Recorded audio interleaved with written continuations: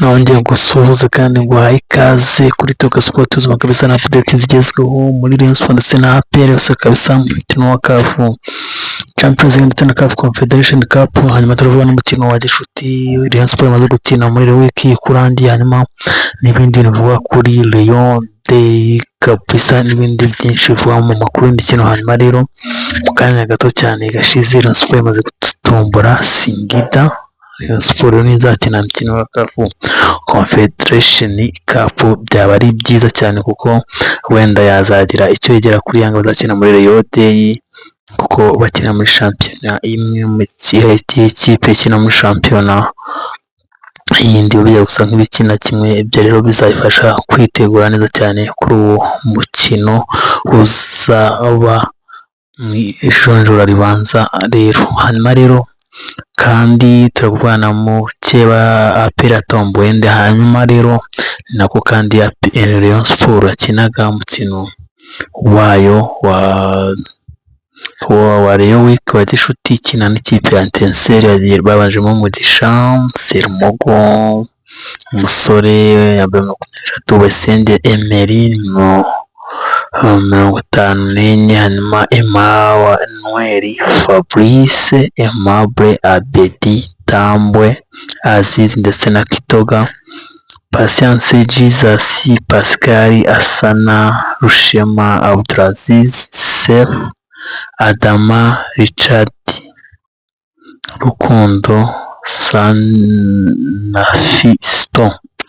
Abo ngabo rero ko bakinnyi bari ku ntebe y'abasimbura. Naho kandi Rayon Sports yagaragaje umwambaro wayo mushyashya. Izo ngizo rero akaba arizo sengeri bazajya bambara.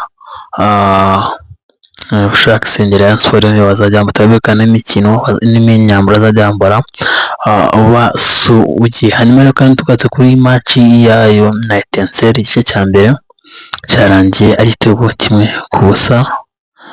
Rero Rayon Sports kuri uwo mukino niko byarangiye. Hanyuma rero byarangiye ibonye igitego 1-0. Hanyuma rero umukino ukabaje kurangira ari igitego 1-0.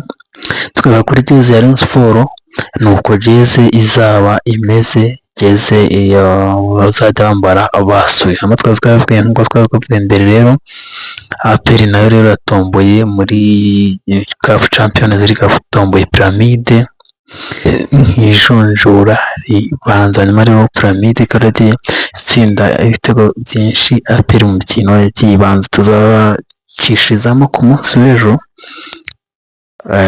yuko bagiye bahura head to head. Hanyuma rero cyane narakomeje cyane kubera mu bitatu cya Uganda na Tanzania, mu gihe Madagascar yatsinzwe kimwe na Tanzania. Tanzania yatsinze Clement Muzize kuri minota 16 ndetse n'umunota 20, mu gihe Ramzan Haftan yatsinze Madagascar ku 64 ku mukino warangiye 2-1 bya Tanzania. Centrafrique itsindwa 1-0 na Mauritania cya Ahmed Mokhtari cyatsinzwe mu gice cya mbere.